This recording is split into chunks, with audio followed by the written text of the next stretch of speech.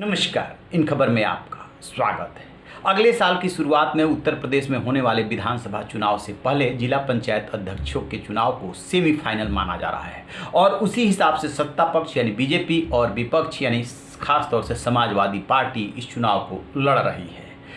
शुरू में जब रिजल्ट आया, जब पंचायती चुनाव हुए तो उसमें जो है सपा बीजेपी से आगे निकल गई थी। अयोध्या, वाराणसी समेत तमाम जो धार्मिक नगरी है और बीजेपी का गढ़ है, वहाँ पे जब सपा आगे निकली तो बीजेपी के पैर तले ज़मीन खिसक गई थी और इन्हें समझ में नहीं आ रहा था कि ये क्या हो गया, क्योंकि वो कोरोना की दूसरी लहर का कहर था, लोगों में नाराज़गी थी, इसलिए ये लोग उसको उस रूप में ले गए। लेकिन ये तय कर लिया कि जब जिला पंचायत अध्यक्षों का चुनाव होगा तो हम इसे प्रतिष्ठा का सवाल बना करके चुनाव लड़ेंगे और उसी हिसाब से लड़े भी। नतीजा ये हुआ कि जब नामांकन हुआ जून के लास्ट में, तो उसी दिन 18 जो है प्रत्याशियों के खिलाफ कोई नामांकन नहीं आया, जिसमें से 17 बीजेपी के निर्विरोध और 1 सपा के निर्विरोध का चुनाव हुआ। इसके बाद जब 29 जून यानी 26 जून को नामांकन हुआ था, 29 जून को नाम वापसी की तारीख आई, उस दिन 4 और बीजेपी के निर्विरोध हो गए, यानी कि अभी तक 21 इनके निर्विरोध हो चुके हैं और 1 समाजवादी पार्टी के। तो इस तरीके से अब 75 जिलों में से ये जो है कुल 22 पे निर्विरोध हो चुके हैं। अब बारी है 53 जिलों की।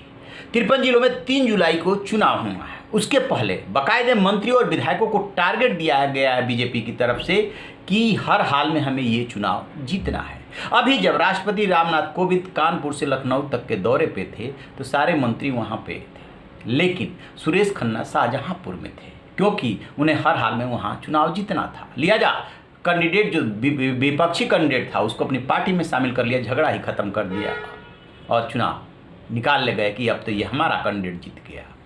लेकिन इसका मतलब ये नहीं है कि जो 53 जिले बचे हैं वहाँ पे संघर्ष नहीं है, बहुत ज़बरदस्त संघर्ष है। सबसे पहले तो उन्नाव में ही बागी अरुण सिंह शकुन सिंह के लिए जो है चुनौती बन गए हैं। वहाँ समझ में नहीं आ रहा है बीजेपी को कि हम कैसे यहाँ पे निपटे।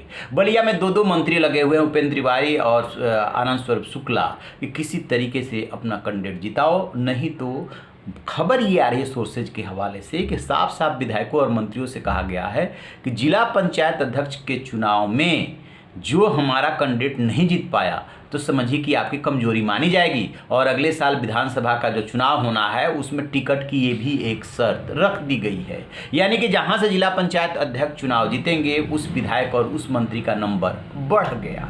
आपको पता ही है कि बीजेपी में जो संगठन मंत्री हैं सुनील बंसल और जो प्रदेश अध्यक्ष है स्वतंत्र देव सिंह, खासतौर से सुनील बंसल की बात करें तो जो वो चाहते हैं वही संगठन में होता है।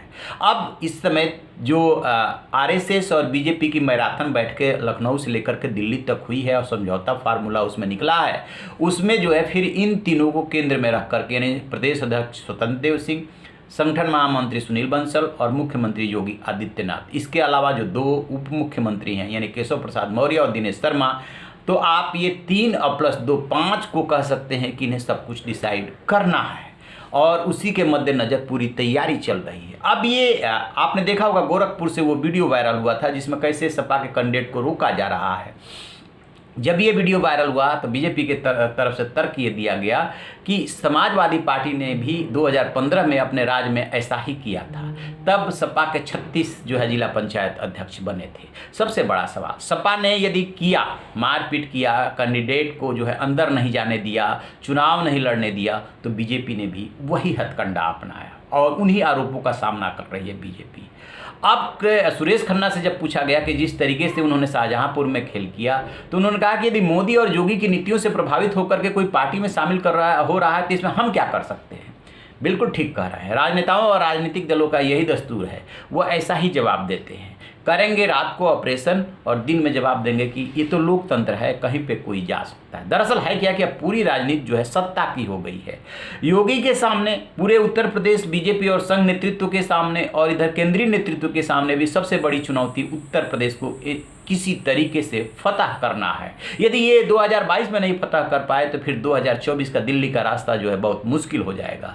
इसीलिए जो है प्रतिष्ठा का सवाल बना करके ये चुनाव लड़ा जा रहा है। अंतिम अंजाम क्या होगा ये तो 3 जुलाई को पता चलेगा। लेकिन एक बात तय मानिएगा, बीजेपी ज़्यादा से ज़्यादा जीतने की कोशिश करेगी और जो विधायक मंत्री फेल होंगे उनका टिकट जो है उस पर भी संकट आ जाएगा।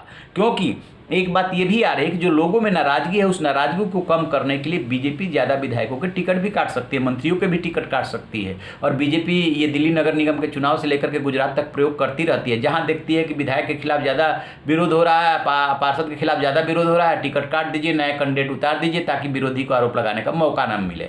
लेकिन हर जगह ये सक्सेस नहीं होता है क्योंकि उसी में फिर बागी होने लगते हैं। खैर 3 जुलाई पर हमारी नज़र रहेगी और जैसे ही इसको लेकर कोई अपडेट आएगा आपसे साझा करते रहेंगे। आप रहिए बेखबर, देखते रहिए इन खबर। Thank you.